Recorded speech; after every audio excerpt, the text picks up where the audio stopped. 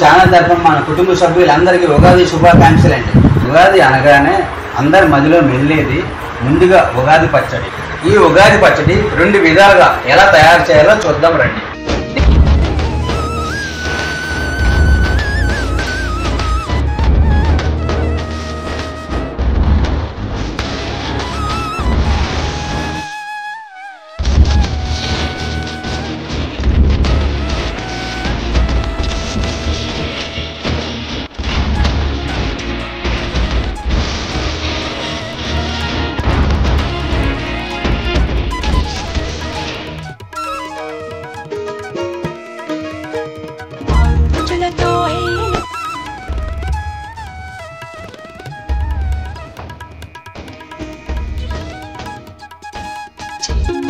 భాద్రా నక్షత్రం గాలి తెచ్చిన గుండెకు ఆనందం.